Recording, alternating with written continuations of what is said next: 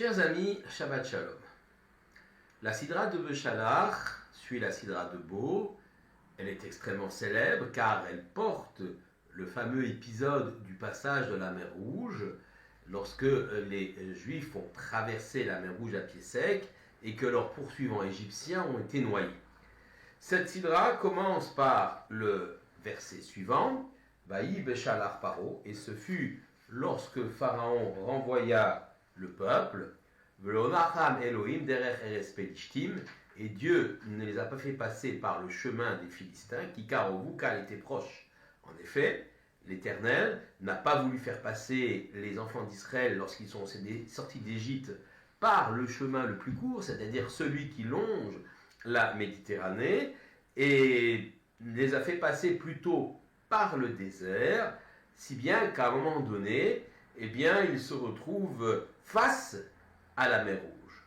Mieux que cela, l'itinéraire des enfants d'Israël semble marquer un retour vers l'Égypte, ce qui fait dire à Pharaon, informé par ses espions, Nevuchim M, ils sont perdus dans le désert, donc leur Dieu n'est peut-être pas si puissant que cela, et ce qui va inciter Pharaon à poursuivre les béné Israël. Autre incitation, les dieux de l'Égypte ont été pulvérisés, détruits lors de la mort des premiers-nés, sauf une idole, le Baal Tzephon, qui se trouve pas très loin justement de cette mer Rouge, là où va se situer notre épisode.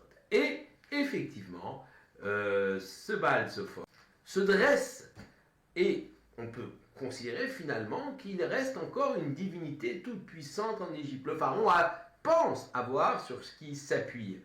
Alors il se lance à la poursuite des béné Israël et c'est un peu la panique dans le camp des béné Israël.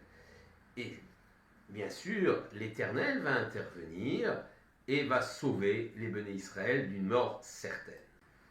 Ce qui est extraordinaire, c'est que ce passage de la mer Rouge, c'est un miracle fabuleux extraordinaire, où Dieu surgit dans l'histoire, change les données naturelles, une mer qui s'ouvre en passage, ou plutôt, après la tradition, dans 12 passages, un pour chaque tribu, puis cette mer qui se referme sur les Égyptiens qui les poursuivaient. Tout cela montre qu'effectivement, Dieu intervient massivement dans l'histoire. Et d'ailleurs, les béné Israël n'ont qu'un rôle très mineur dans cela. Ils ne combattent pas les Égyptiens. Ils sont bien sûr actifs dans le sens où Dieu leur demande lui-même. Il dit qu'ils doivent avancer. Matitzakela, il dit Dieu à Moshe, Daber et béné Israël, Veissa, où parle aux enfants d'Israël qu'ils avancent. Le seul rôle des enfants d'Israël, c'est d'avancer afin d'aller vers l'avant. Et toi, lève ton bâton et mets, place-le ou frappe, ou tends-le plutôt sur la mer Rouge, à la Yam ou Kaéou, et donc la mer va s'ouvrir. Vayavu Bnei Israël, Betor Hayam Bayabasha, les Bnei Israël sont entrés donc dans la mer, mais à pied sec sur le continent. Donc il y a un véritable miracle, quelque chose d'extraordinaire. Les béné Israël ne combattent pas les Égyptiens sont noyés par la main d'Hachem, ce qui avait d'ailleurs été annoncé. Hachem ilachem lachem, Dieu combattra pour vous, va'atem tacharishun, et vous taisez. Donc on voit finalement que, bien sûr, on obéit à l'ordre de l'Éternel, on avance dans l'eau, et on dit d'ailleurs que la mer ne s'est ouverte qu'à partir du moment où Nachshon ben Aminadav, prince de la tribu de Yehuda, avait de l'eau jusqu'au cou, montrant son zèle et sa foi en l'Éternel, mais par cela, eh bien, le combat lui-même est un combat miraculeux dans lequel l'Éternel va prendre toute sa part en tant que Dieu qui exerce son pouvoir, sa puissance et qui écrase l'Égypte et son pharaon. Lorsque on se trouve quelque temps après ce passage de la mer Rouge, il y a péripéties, d'autres péripéties, celle de la manne, et puis à la fin de la Sidra, on a un autre combat. Cette fois-ci, c'est contre Amalek. Amalek, c'est l'ennemi héréditaire juré des béné Israël. Amalek est un descendant de Esav, il a décidé de détruire Israël parce que c'est Israël. On n'est pas du tout dans la même vision que, par exemple, le Pharaon. Amalek surgit, il va y avoir Amalek, va Yachem et Israël, Birfidim, Amalek a surgi, il a livré bataille à Israël à Rephidim, et Moshe, donc, voyons Moshe à Yoshua, Bachar, Lanu, Anashim, Betsei, Ilachem, Amalek, va choisir des hommes et qu'ils combattent à Amalek. Machar, Anochi, Nitzav, Al-Rosh, Agiva, Umate, Aloim, Beyadi. Demain, je me tiendrai en haut de la colline avec le bâton, mon bâton, le même bâton avec lequel il a fait les miracles. Eh bien, je sera dans ma main. Vayas Yoshua, Kacher, Amarlo, Moshe, Leilachem, Amalek. Yoshua a fait comme Moshe lui avait demandé pour combattre Amalek, ou Moshe Aaron, Bechur, Alou, Berosh, Agiva, et Moshe Aaron et Hur, le neveu de Moshe, sont montés sur cette colline. Vaya Kacher Yarim Moshe Yado Vegavar Israël, lorsque Moshe levait les mains vers le ciel, alors Israël était victorieux. Et lorsque Moshe baissait les bras, alors c'est Amalek qui gagnait. Moshe Kvedim, les mains de Moshe étaient lourdes. Ils ont pris une pierre, ils l'ont mis sous Moshe. Yashev Alea, il s'est assis dessus. Aaron Vechur Tamchou Beyadav, et Aaron et Hur ont tenu ainsi ses mains de chaque côté, Misechad, l'un ici et l'autre là, Yadav Emouna, ses mains étaient Emouna, confiance, Adbo Hashamesh, jusque vienne le soleil, Veyachalosh Yoshua et Amalek, Ve et Amol et Ficharev, et Yoshua a ainsi affaibli considérablement Amalek et son peuple par le glaive. Il y a donc une véritable bataille, même s'il y a un coup de pouce, si on peut dire, par les mains de Moshe, il y a ici un investissement, une véritable bataille. Alors comment comprendre cette différence de traitement? Face à Pharaon, il n'y a pas de bataille, on nous demande juste d'avancer. Face à Amalek, il y a une véritable lutte, une véritable guerre, un combat, même s'il y a un petit coup de pouce céleste. Comment comprendre cette différence? Eh bien, tout simplement parce que le moment de la sortie d'Égypte est un moment fondateur. Juste avant, on a un peuple qui n'est pas mûr, un peuple enfant, un peuple qui est assisté par l'Éternel, sorti par les 10 plaies, sauvé par le passage de la mer Rouge, la déchirure des eaux d'en bas également est parallèle à la déchirure des eaux d'en haut, c'est-à-dire qu'il y a une révélation extraordinaire que le peuple juif va avoir sur la mer Rouge. C'était nécessaire que l'Éternel surgisse dans l'histoire pour marquer définitivement, et sur toutes les générations, du sceau de la présence de l'Éternel qui a changé le cours de l'histoire. Lorsque ce passage de la mer Rouge est terminé, alors on revient vers une histoire, j'allais dire, plus ordinaire. Il faut maintenant que les enfants d'Israël se confrontent à leurs ennemis, les combattent, même si, bien sûr, Dieu l'aide, une aide qui est même c'est un miracle, mais on ne voit même pas le miracle, tout a l'air naturel, le combat a l'air naturel, c'est simplement les mains de Moshe qui permettent la victoire. Alors, là-dessus, on peut se poser la question, évidemment, et la Mishnah de Rosh Hashanah ne manque pas de le faire, est-ce que ce sont les mains de Moshe qui ont contribué à la défaite d'Amalek, ou le bâton d'ailleurs qu'il a pris avec, même s'il l'a posé sur la colline, ce même bâton qui a fait des miracles, qui a permis aux enfants d'Israël de l'emporter dans la bataille, un véritable corps à corps qu'ils ont eu avec Amalek. Réponse non, ce sont ni les mains ni le bâton qui ont fait la victoire. Les mains sont simplement là pour rappeler aux Juifs de lever leurs yeux vers le ciel.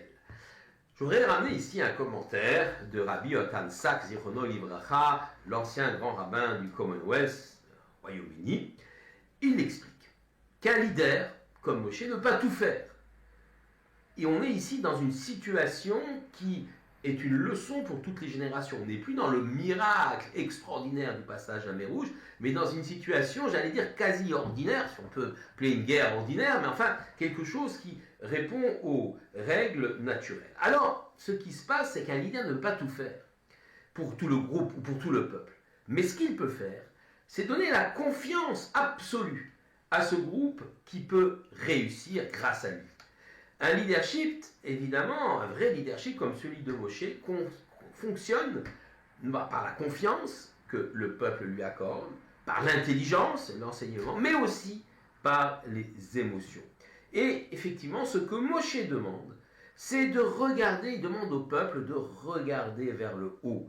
Effectivement, la plupart de nos projets, moraux, sociaux, tout ce qu'on peut essayer d'établir, et ici la guerre contre Amalek, eh bien, peut se heurter à des obstacles. La puissance en face, c'est forte et il y a une très très grande résistance. Se concentrer sur les difficultés est le meilleur moyen d'arriver au désespoir. Ce qui est important, c'est parfois de lever les yeux vers le ciel, de ne plus être, j'allais dire, la tête complètement obscurcie par les difficultés qui sont entre nous, même s'il faut ici combattre, mais parfois lever les yeux au ciel pour comprendre que le monde fonctionne aussi autrement que par ses règles naturelles. Lever les yeux au ciel, c'est essayer d'ouvrir d'autres horizons, d'autres perspectives. C'est aussi comprendre que même si dans la guerre contre Amalek, il n'y a pas de miracle, l'Éternel ne surgit pas dans l'histoire comme au passage à la mer Rouge, il est quand même présent, de façon plus voilée, de façon plus cachée. Les mains de Moshe qui se lèvent vers le haut indiquent la direction. Ne restez pas au niveau horizontal, regardez vers le haut. L'histoire a d'autres perspectives, d'autres horizons. Et puis, c'est intéressant, les mains de Moshe sont devenues lourdes, il n'arrivait plus à lever ses mains, comme s'il y avait une sorte de symbiose entre, de lien entre Moshe et le peuple. Lorsque le peuple commence à désespérer, la force de Moshe s'amoindrit. Si le peuple prend courage, si le peuple veut aller vers l'avant, alors les mains de Moshe s'élèvent et parfois il faut de l'aide. Le leader lui-même, Moshe, a besoin d'autres leaders, que sont Aaron et Hur ici, pour l'aider à continuer à montrer la direction.